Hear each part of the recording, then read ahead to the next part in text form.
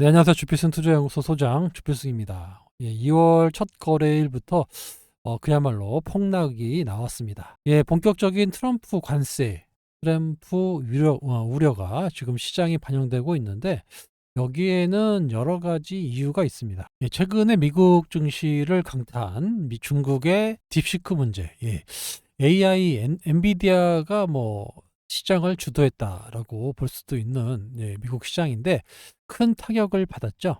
이에 따라서 미국 증시가 상당히 좀 위협을 받고 있어요. 그래서 여러 가지 조치가 나오고 있죠. 딥시크의 문제가 심각하게 틀리고 있다. 또 다른 한쪽은 반도체, 고사양 반도체가 필요가 없다. 이렇게 계속해서 왈가왈부가 되기 때문에 포지션을 갖고 있는 미국의 투자가들 입장에서는 불안해질 수밖에 없습니다. 이런 상황에서 트럼프의 관세 정책, 옆 나라 캐나다, 멕시코 관세를 25%까지 올리겠다. 중국도 10% 추가 관세를 하겠다. 이런 얘기가 이제 나오면서 시장에 우리나라 같이 좀 수출을 많이 하는 나라가 영향을 받을 수 있다라는 우려가 외국인 매도를 부른 것인데요. 하루 종일 매도 나왔습니다. 외국인이 거래소 시장만 8,700억, 코스닥에도 1,000억 정도의 매도가 나왔고 여기에 오늘 거래소 시장이 좀 반등이 나왔거든요. 근데 상대적으로 코스닥 시장이 반등을 못한 거는 바로 기관 투자가들의 매도가 있습니다. 기관들이 이렇게 오늘 하루 종일 매도하는 이런 모습이 보였어요. 특히 금융 투자, 증권사죠. 증권사의 물량이 엄청나게 나왔습니다. 코스닥 시장에만 1,000억이 나왔고요. 그 밖에 투신은행, 연기금, 기타 사모펀드까지 약 1,900억의 기관 매물이 나왔으니까 외국인보다 더 많이 팔았어요. 그러다 보니까 개인이 받아내는 데는 한계가 있는 거죠. 그러다 보서 코스닥 시장이 좀 밑꼬리 달고 반등이 나왔어야 되는 그런 자리였음에도 불구하고 외국인 기관 공시 매도가 나오면서 나와서는 안 되는 음봉이 크게 나왔습니다. 그러면 앞으로 이렇게 계속해서 음봉을 맞을 거냐? 이렇게 맞을 거냐?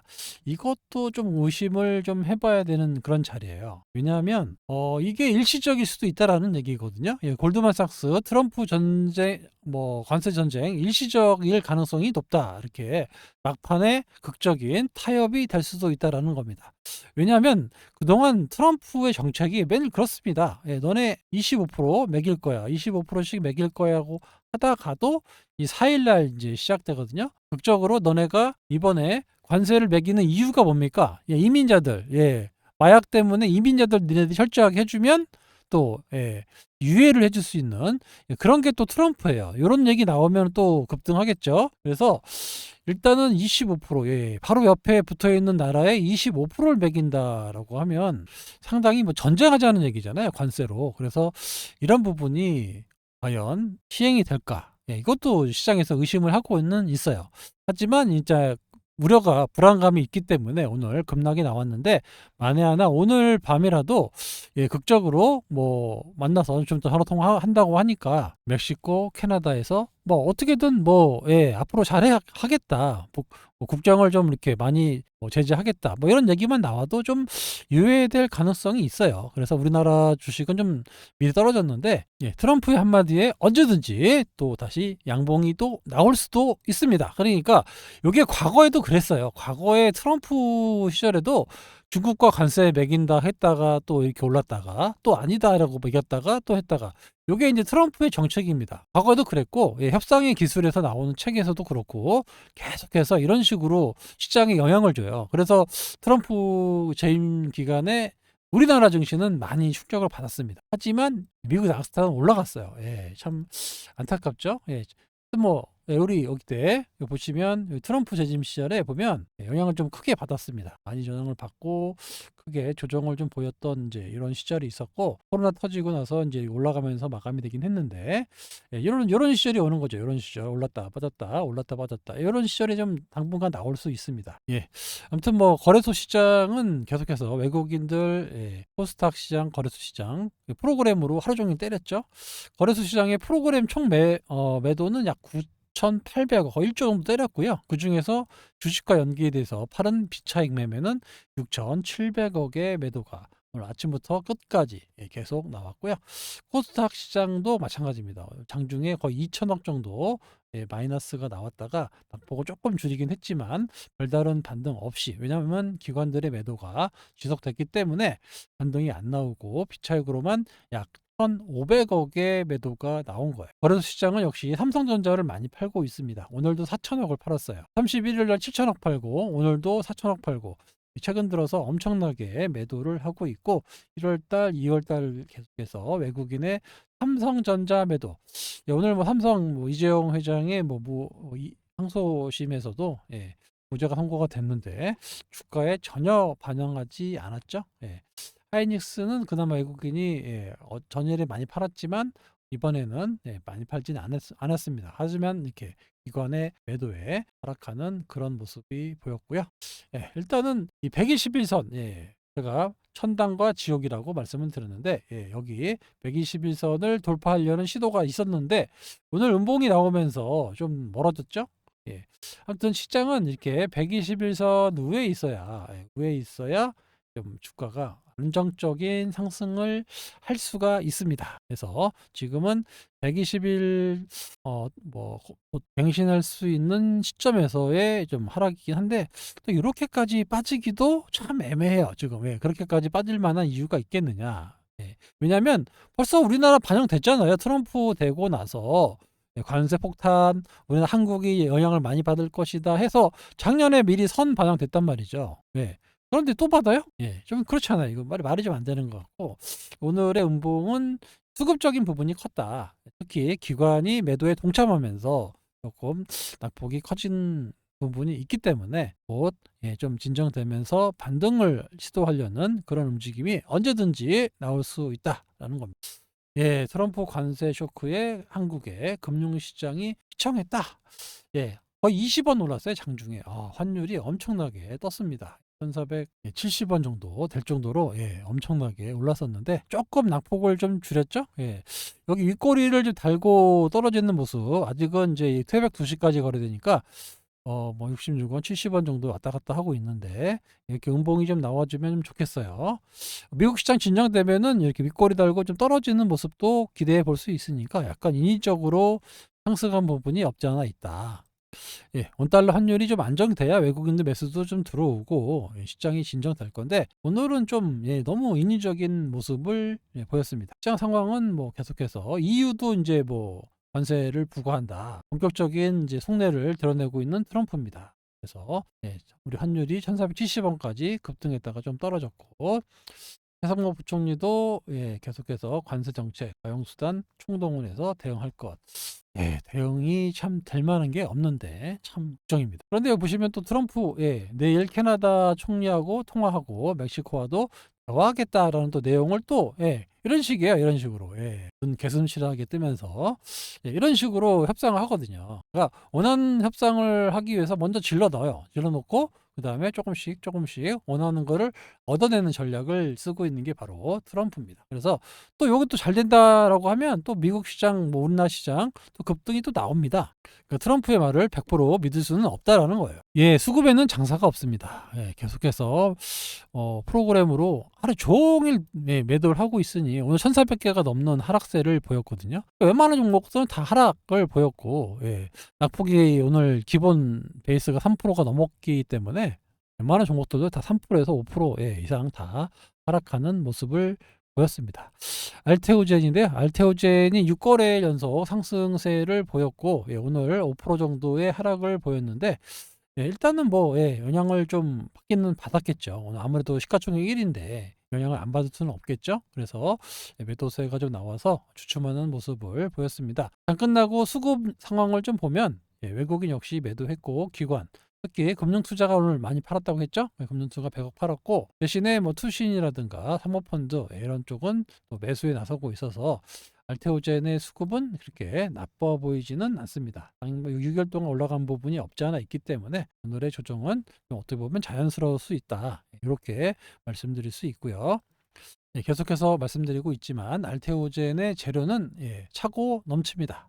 넘쳐요. 계속 상반기 하반기까지 많은 자금이 도입이 되고 또 하나의 추가적인 기술 이전도 1분기나 2분기에 또 나올 수도 있는 호재를 가지고 있는 그런 기업입니다. 그래서 6일 올라서 좀 조정받았다고 해서 절대 실망하실 필요는 없습니다. 또 조정받으면 또 세게 올라갈 수가 있는 그런 기업이기 때문에 알테오제는 오늘은 뭐 수급이 우선인 시장이었잖아요. 의미가 없어요.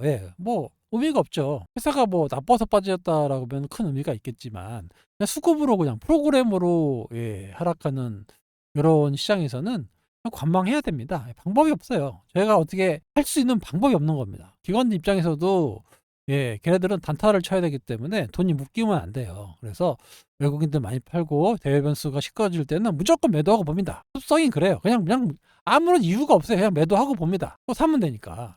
원래 그래요. 그래서 관세 외국인 매도 위험해. 그럼 그냥 다 파는 거야 이렇게 어느 정도. 그러다가 또 조용해지면 또 사고. 그러기 때문에 큰 의미는 없습니다. 다만 저희가 다 알고 있는 악재로 빠졌다는 거 참 안타깝죠. 다 알고 있는 악재로 하락했다. 오늘 일본 증시입니다. 일본 증시가 오늘 2.66% 마이너스인데 그래도 얘네들은 120일선 위에 있잖아요. 이러니까 좀 견조한 거예요. 우리나라 증시는 여기서 지금 왔다 갔다 하고 있는데 일본은 요 위에 있어요. 참 부럽습니다. 현재 나스닥 선물이 현재 2.2% 정도 마이너스를 보여주고 있는데요. 오전보다는 조금 반등 나온 거예요. 오전에는 뭐 2.5% 이상 더 떨어졌다가 조금 반등이 나오고 있는데 이거는 뭐 뚜껑을 열어봐야 되겠지만 미리 선반영되고 있습니다. 이것 때문에 우리나라 증시가 오늘 종반 하락했다라고 보면 되는데 나스닥 지수입니다. 나스닥 지수 위에 있어요. 이렇게 참 안타깝죠. 우리나라 증시는 완전히 바닥권에서 헤매고 있는데 이러고 있는데 미국 증시는 뭐 영향을 받는다 해도 이렇게 위에 있는 거예요. 그러니까 이제 미국 증시로 가자 해갖고 서학개미들이 늘어나고 있는 참 안타깝죠. 그러니까 그만큼 오늘 하락한 원인도 보면 수급이 완전히 꼬여있는 이런 상황이다라고 볼 수가 있는 거예요. 우리나라 증시가 어떻게 이렇게 약세를 보이고 체력이 떨어졌는지는 잘 모르겠지만 이렇게 뭐 남들 빠질 때 더 빠지고 오를 때 떨어지고 이러니까 이제 많이 영향을 좀 받았다고 하는데 작년에 워낙 힘들었기 때문에 올해 탄핵 정국이긴 하지만 이런 부분이 해소가 된다라고 하면 시장은 국내 증시만 올라가는 그런 모습도 나올 수 있습니다. 물론 시간이 걸려요. 2월 달 선거 치르려면 또 4월 달 이렇긴 한데 제 생각에는 우리가 주식 투자를 좀 장기적으로 본다라고 하면 2월 달에서 4월 달에 주식을 가장 싸게 살 수 있는 기회다라고 볼 수가 있습니다. 누가 됐든 간에 좀 정상적인 국가로 탈바꿈할 수 있기 때문에 결국에는 2월 달, 3월 달, 4월 달 3개월이죠. 3개월 동안에 주식을 가장 싸게 살 수 있는 기회다라고 감히 말씀드릴 수 있고요. 그때 잘 지내서 저점에 매수를 좀 해놓으신 분들은 제 생각에는 괜찮은 수익률 올해뿐만 아니라 올해 내년까지 괜찮은 수익률을 낼 걸로 예상이 되고 있습니다. 그러니까 너무 하루하루의 그 단기적인 변동성에 여러분 신경 쓰지 마시고 앞으로의 변화, 국내적인 변화, 대외적인 변화 이런 거를 좀 신경 써주시면 지금 조정이 좀 힘든 것 같지만 결국에 그때가 정말 매수의 시점이었구나 라고 볼 수가 있는 거예요. 제가 봤을 때는 뭐 대선이 누가 됐든 간에 좀 확정이 된다라고 하면 우리나라 증시가 생각보다 빠르게 회복되는 그런 하반기에는 그런 시장이 나올 수가 있습니다. 그래서 앞으로 한 3개월 정도가 우리나라 주식을 가장 싸게 살 수 있는 그런 기회다. 그런 말씀을 드리면서 반등의 국면이 얼마 안 남았습니다. 트럼프의 관세 정책 다 알고 있어요. 한번 겪어봤잖아요. 그래서 지금의 충격은 단순 수급에 의한 하락이지 이게 장기적으로까지 이어질 거냐 이거는 그렇게 되지는 않을 것이다 라고 볼 수가 있습니다. 왜냐하면 작년에 우리는 먼저 조정을 받았기 때문에 이거를 뭐 다시 뭐 깬다 이거는 말이 안 되잖아요. 아시겠죠? 어려운 시기지만 결국에는 이거를 이겨내고 다시 상승하는 이런 모습의 장이 나타날 수가 있으니까요. 너무 걱정하지 마시고요. 또 트럼프 소식은 계속해서 트럼프의 입을 이제 주목해 볼 수밖에 없기 때문에 트럼프의 입에 주목하면서 종목별로 접근해 나가고 대응해 나가도록 하겠습니다. 사실 대외 변수에 가장 그 영향 안 받는 섹터가 지금 제약바이오 섹터거든요. 근데 오늘 프로그램으로 빠졌기 때문에 좀 전체적으로 조정을 받았지만, 따지고 보면 뭐 반도체나 2차 전지나 뭐 자동차나 이런 쪽보다는 제약바이오는 전혀 상관도 없어요. 관세에 상관도 없고, 딥페이크나 뭐 딥시크나 뭐 AI나 뭐 이런 거에 상관없잖아요. 그래서 나중에는 결국에는 제약바이오 섹터들의 상승이 좀 안정적인 모습이 나와줄 수 있는데, 그 중에서도 알테오젠이 대장으로, 시가총액 1위 대장으로 움직일 수 있는 그런 시장이 곧 온다. 아시겠죠? 너무 걱정하지 마시고, 시장 하루하루 잘 제가 대응해 나갈 테니까 천천히 잘 따라와 주시기 바랍니다. 아시겠죠? 지금까지 주피승이었습니다. 감사합니다.